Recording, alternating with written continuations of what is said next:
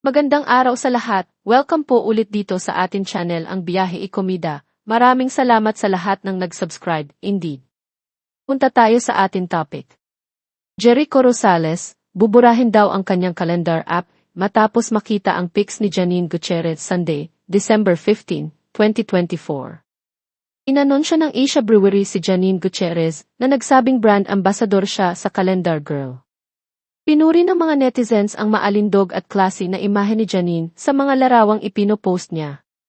Nagkomento si Jericho Rosales ng Deleting This Calendar app na nagdulot ng pansin sa mga fans. Ang patch ni na Jericho at Janine sa Lavender Fields ay nagbigay ng maraming reaksyon mula sa mga netizens. Nakakuha ng mga reaksyon at komento si kapamilya actor Jericho Rosales matapos mag-post si Janine Gutierrez ng mga larawan sa Calendar Girl ng isang liquor brand.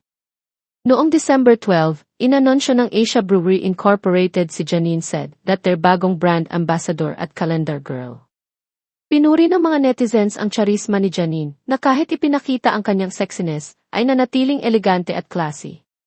Sa kabila ng mga comment mula sa ibang mga celebrities at netizens, ang naging pansin ng marami ay ang comment ni Echo. Deleting my calendar app ang kanyang sinabi. Ang kanilang patch ay naging matagumpay, lalo na sa seryeng Lavender Fields, kung saan ginampanan nila ang mag-asawa. Ito ay nagdulot ng iba't ibang reaksyon at komento mula sa mga netizens. Nagmumuling lang, hayop. Hoy Echo, huwag mong sayangin si Nini, pupunta ako sa bubong mo pag-uwi ko, huwag mong ipakita sa iba, kaminhalang ang mag-aalaga, char sana, lahat ng ibang lalaki magsasabi sa'yo. Ayan si Echo, hahaha. Matatandaan na inamin ni Jericho na sila na ni Janine at nagsimula ang kanilang relasyon matapos magkasama sa Lavender Fields. Si Jericho Rosales ay isang aktor, modelo at recording artist. Ikinasal siya kay Kim Jones na isa ring kilalang modelo. Ilan sa kanyang mga teleserye na sumikat ay Pangako Sa'yo, 2000 hanggang 2002, Sana'y Wala ng Wakas, 2003 to 2004, at Dahil May Isang Ikaw. Naitambal siya sa ilang leading ladies kagaya ni Christine Hermosa at Heart Evangelista. Sa kanyang Instagram account, ibinahagi ni Jericho ang isang maiksing mensahe para sa kanyang kasintahan na kanilang inamin not officially dating pikamakailan matapos mamataan ng ilang beses na magkasama.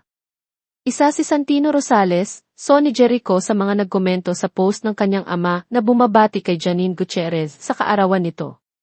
Sa Instagram post ni Jericho, kung saan makikita ang masayang pagbati para kay Janine, agad na nakakuha ng atensyon ang reaksyon ni Santino.